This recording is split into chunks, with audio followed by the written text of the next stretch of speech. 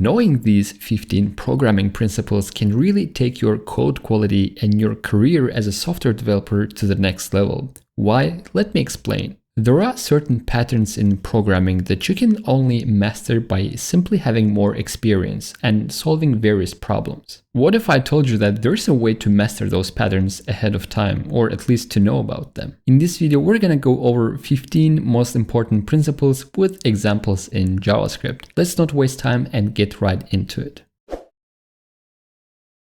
Alrighty guys, are you ready for some programming adventure? So the first principle that we have here is called KISS, and I'm pretty sure you heard a lot about it before. Well, what it stands for is keep it stupid simple as it sounds. Well, let's dive deep into it. Imagine we have some code, which is a long one-liner that does a lot of stuff at the same time. And it's kind of an anti-pattern. So let's actually break this KISS rule. So let's return some kind of a value that depends on whether our isOpen value is true or false. So let's write isOpen and put a ternary operator. And in the first part, I'm gonna assign some value to a value variable, and I'm gonna map through values. And then I'm gonna take from this value, I'm gonna take the name from this value, and I'm gonna trim it. And then I'm also gonna filter them. So guys, as you can see, I'm doing a lot of stuff in one line.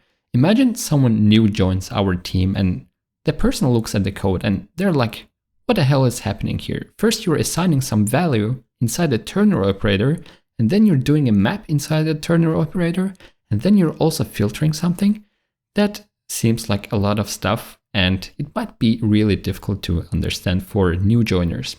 So what the KISS principle is telling you is that make sure and always keep in mind that there are people who have never seen your code, have never seen your coding style, and make it super simple, just the way that you have your code in beginner books. So how can we rewrite it? So let's have an if statement. Inside this, we are going to map through values as we did before, but now we are going to assign the return value to a constant. Now we're going to have another constant, filtered values, and we're going to filter over the mapped values, as simple as that. And then on a new line, after the filtering has finished, we're going to assign the filtered value to the value as we did above, but not inside the ternary operator now. This code looks much cleaner in my opinion, and the person, especially a junior developer who joins the team, is gonna have a really easy time understanding what's happening in this code. And now the second principle, YAGNI. Well, as fun as it sounds, it stands for you ain't gonna need it in the future. No, I'm just kidding. It stands for you ain't gonna need it as it is. Well, what does it mean? It means that sometimes we as developers like to over-engineer stuff. So imagine we have a product owner and we get some feature requirements. Let's say based on the user input. So the user is connected to a traffic light, and based on the input that they give on their phones, you are able to manipulate the colors of the traffic light. So let's say if the user clicks, or basically if the user gives us a let's say a red value, then we're gonna do something. And then we can have another if statement, because that was in the acceptance criteria of the feature. So if it's green, then we are gonna basically turn the lights green. And then you as a developer might think, well, what if it's yellow? And the thing is, yellow was not in the acceptance criteria of the feature description. So you basically invented this based on the knowledge that traffic lights have 3 colors, but this was not requested. So the principle here is that you should not over-engineer and only do what you're told to do. Well, the next one is called DRY. Again, another abbreviation, which stands for don't repeat yourself. Now, let's change the colors to make it easier. Don't repeat yourself. Think for a second. what do you think it means? Well, it means exactly what we wrote here. But let's copy this code as an example so that we don't write much new code. Okay, this chunk of code that we saw before. Imagine we have a long file, and this chunk of code is duplicated 2 times, and in between we have some other code, right? And then you might think that this is exactly the same code that we have above. So the dry principle is telling you that this is a repetition and you shouldn't repeat yourself. So what can you do for that? You can simply create a new function called, for example, set values, or actually we're setting one value, set value, and it depends on an argument is open. And then we're simply gonna paste this chunk inside like this. And let's indent it. I think the indentation broke. All right, looks better. And now, in order to follow this dry principle, you can simply call this function from anywhere else. So set value, you can just call it later in your file, like this, and you can pass true or false or whatever you want as a value for is open. So basically, you write this chunk only once and not 2 times as we have here. Okay, this leads us to the next principle called rule of 3, and it actually depends on the dry principle. So what is the rule of 3? Here we have 2 chunks that are repeating, right? So the rule of 3 is telling you that you should wait for the 3rd occurrence to refactor it. And the 3rd occurrence would be something like this, where we have the same code repeated 3 times, which looks really stupid. And then you need to kind of create an abstract function to alleviate this. Well, in our case, they were exactly the same. So obviously it makes sense to avoid the duplication, but in some cases you can also have some additional code inside this if statement, right? So imagine they're not exactly the same, they're not identical, but there is a lot of repeated code inside. And what the rule of 3 is telling you is that as long as you don't have 3 occurrences of the same thing, you don't really need to create a new function to handle this. Okay, let's go to the next principle, separation of concerns. This principle is very widespread and it's actually very important, not just in programming in JavaScript, but like also architecture and the backend as well. So I'm pretty sure you've heard about this MVC pattern called Model View Controller. So, and it actually stands for separation of concerns. If you've developed with Angular, you probably heard that MVC is kind of the core of Angular, or MVVC. And what it stands for is that model is basically the data or business logic. The view is the template, so the HTML template that you have in your component. And the controller is basically the controller of your component. And it's basically controlling what data should be visualized in the template, right? So we have a really good separation of concerns here. So the controller is not rendering anything on a page. The business logic is separate from the template, and the business logic is simply being passed down to the template. Well, same thing can be about microservices, right? The next one is avoiding premature optimization. As interesting as it sounds, it's actually very important. And this happens a lot in the front end, especially. So imagine we have items, 3 items, or actually a list of items and a scroll bar on the right side, as you can see. And let's say we have 1,000 items. And these items also render something inside, so there's some computation.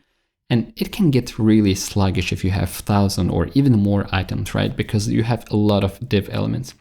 What you can do as a solution is use virtualization, or like a React window package. And what it allows you to do is simply remove and add DOM elements on demand as you scroll. But this can be a sign of a premature optimization in the case when you have just 100 elements, right? 100 elements are not gonna cause you a sluggish experience. So don't jump into optimization unless you really need it. All right, our next problem is, or our next pattern is minimizing coupling. And it's kind of dependent on the previous ones. So let's see what it's about. Minimizing coupling is especially famous in microservices. And microservices were kind of invented for it. So imagine we have 3 services in the backend, let's say, and they are tightly coupled. So the first service is tightly coupled to the second and the third. And someday this first service fails for some reason, right? And then these 2 services, since they're tightly coupled to the first one, they're not going to function properly, and most likely they're going to fail as well. So what you want to do is basically minimize this coupling, even if not remove completely, because I don't think it's really possible, but at least try to minimize it. There can be another example. Imagine you're on the front end and you have this parent component and you have 2 children components. And what you want to achieve is that whenever one of the child component fails, another one is not affected, right? So it doesn't crash the whole application. So that's what you want to strive for in minimizing coupling. Right, principle 8 is law of Demeter, and it's kind of inferred from the 7th again. So I'm going to take this box from the previous example, and imagine we have a component in the front end in React, and it has another child component, and this child component has another child component. So we have 3 components here that are stacked under each other. So usually what the law of Demeter tells us is that adjacent components have a right to know about each other. So the parent one can know about the middle one about the child, the smallest one, but the smallest one cannot know about the very first one, and the vice versa. What's the reason? Because it actually creates coupling. So if you look at the 7th principle, you want to minimize this decoupling. So if you don't want one component know about the stranger components, only about its siblings, okay? All right, principle number 9, hiding implementation details. This comes often in libraries or frameworks that are being developed in open source. So imagine you are writing some kind of a library for counting amounts, right? And for that in JavaScript, you would create a class. Let's talk about classes for now. So let's say you have a class and you have methods like increase something, like a price, and you have another method to decrease the price. And then you also have a method to count what the price would be, right? Let's say we have a price that we want to return from the class. All right, so if you take this class and let's call it amount, if you take this class and then later in your code, basically create an instance of it and then call this increase method. So that's easy, you can increase the value, but you can also access this count function or count method, which is not ideal. Because the counting sounds like something internal, and something internal that shouldn't be really exposed to the user, right? Because it can mess up things. So let's make it private. And now we're basically following this principle. We're hiding implementation details because the outsider is not going to be able to look inside our facade. And facade is actually a design pattern. I'm going to link a video on top right in annotations so they can check it out and learn more about it. All right, composition over inheritance. In object-oriented programming, we obviously have inheritance. So let's say we have a class vehicle, and this class vehicle has some methods. So it can drive, it can also stop, or let's say brake, but let's call it stop. It can also honk. So we have these 3 methods inside our class. And then we have another class called, let's say, car. And car is kind of a type of a vehicle, but it can also drive. It also can stop. And I don't want to think too much. So, oh, by the way, don't forget to implement it from the vehicle class like this. Right. And this car class just cannot honk, because it's an old car, let's say. So this is how inheritance would look like, but it kind of creates coupling, right? Because car really depends on the vehicle. And to avoid that, we can use composition. basically create a composite of these two classes. So let's copy our three methods that are present in our two components. Let's indent it. And now, in order to create a class vehicle, we're simply gonna create a vehicle object and then put whatever methods that we need inside. So in the vehicle, we obviously need all of them, but in the car, we only need two of them, right? So let's simply delete the honk. Okay, let's delete this. Now we only have two methods that we are really interested in. Look how simpler this looks now, because there is no inheritance anymore, and vehicle or car actually does not depend on the vehicle anymore, but still implements the same functionality. And it's kind of related to this minimizing coupling again, right? So you want to keep this in mind. Okay, the next one is maximizing the cohesion. What this tells us is that in order to maximize the cohesion, you need to group related elements or related modules in your program. So let's say we have, let's say our application is able to format things.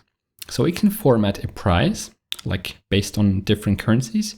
It can also format the date based on different locations. And it can also format integers and string representations, right? That's a cool app. But we have 4 different files. Let's say that we have 4 different files, right? And now what maximizing cohesion tells us is that we need to group them somehow to make it easier for programmers to wrap their head around it. So for that, let's say if you're in your app, you can create a helpers folder, then create a new file called formatter.js, and then put all these functions or formatters inside this formatter function, and then simply export them. So how are we going to do this? So we're gonna say format price, and we can create another one, format date, but you get the idea, right? And then using the ES6 syntax, we're gonna simply export them. All the modern architecture principles in frontend and in the backend are all around this cohesion. So it's a good thing to know. Now, the next one is defensive programming. It sounds cool, doesn't it? But what does it actually mean? Okay, let's say this is our user and this is our application. So according to defensive programming, every input that is coming from the user should be expected as an attack, so to say. So it shouldn't be treated as an attack. So what we need to do here, according to defensive programming, is that we need to really check for every input that is coming from the outside into our application. So how can you do that? Let me change the color. All right, so let's say in JavaScript especially, you can check for values. So let's say if the value is not null, and if the value is not undefined, then we can proceed our program and do some things. Also, we can also check for the type, right? So let's say type of value, and let's say we want it to be a string. So we're gonna write string. And if it's a string, then we're allowed to do something. If not, then we're gonna stop. And you can also use try and catch blocks. They're pretty useful, especially in the backend. So by using all these things, you can make sure that you're following this defensive programming pattern. But also keep in mind that you shouldn't over-engineer it. So don't really check for every input and everything in your code. Only check for things that are needed. Next one is inversion of control.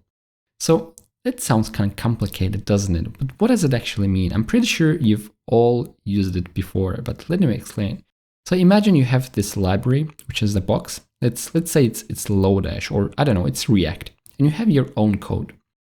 And what this third-party library does is you would expect to call something from your code, from this library, and it's gonna return something, right? But no, according to inversion of control, you need to put your code into the library so that the library does something with your code and then returns you something. For example, a good use case for this would be dependency injection in Angular, where you are injecting a service into your component. And you can also say that it's basically the hooks in React, because you can give values to hooks and then they do something and then they return you a modified data. All right, the next one is solid principles. What I want to say is that this is very extensive and it's solely about object-oriented programming. So I'm going to link a video in the description and also here in the annotations that you can check, because I'm not going to go over this. This is very extensive, but just make sure that you are familiar with solid principles like open close principle, list of substitution, and so on. They're not that difficult. And if you know that once, then you're going to keep this in mind for the future whenever you're doing object-oriented programming. All right, the next one is arrange, act, and assert. And this is the 15th one. So this one actually comes in handy when you are testing something. And this is one of the main principles of testing. So let's say for arrange, we're going to create some data. And then what you want to do is act. So we're going to call a function in our component that we want to test. Also make sure that you are returning some value from that function. So let's say result is going to be returned from that increment function, and you're going to pass the data that you just arranged. And last but not least, you're going to assert it. So with the help of expect, let's say ingest, and you're going to expect results to be true or something else. So if you used Jest or Jasmine or some other testing libraries, they are all functioning according to this principle. And last but not least, I kind of lied to you. I have 16 principles, not 15, but this is actually a real principle. It's not a joke. And it goes like this. The first 90% of the code accounts for the first 90% of the development time, okay? The remaining 10% of the code accounts for the other 90% of the development time. It sounds funny, doesn't it? Because in some, it's basically 180%, but how can that be possible? Well, it kind of reflects on the fact that software projects always take longer than they're planned. Because it's not an easy problem, right? Software development is difficult. So let's say you were thinking you're going to finish here in 10 days. What usually happens is that you finish in much longer, let's say 20 days, right? So what you want to do here is always follow this rule, under promise, over deliver. So by saying that you're going to do it in 1 month, by knowing that you can do it in 10 days, you give the results in 10 days, and then your stakeholders are happy because you did the task earlier than you were supposed to. As always, guys, I hope you learned something today, and if it was useful, make sure to subscribe and smash the like button. I will see you in the next video.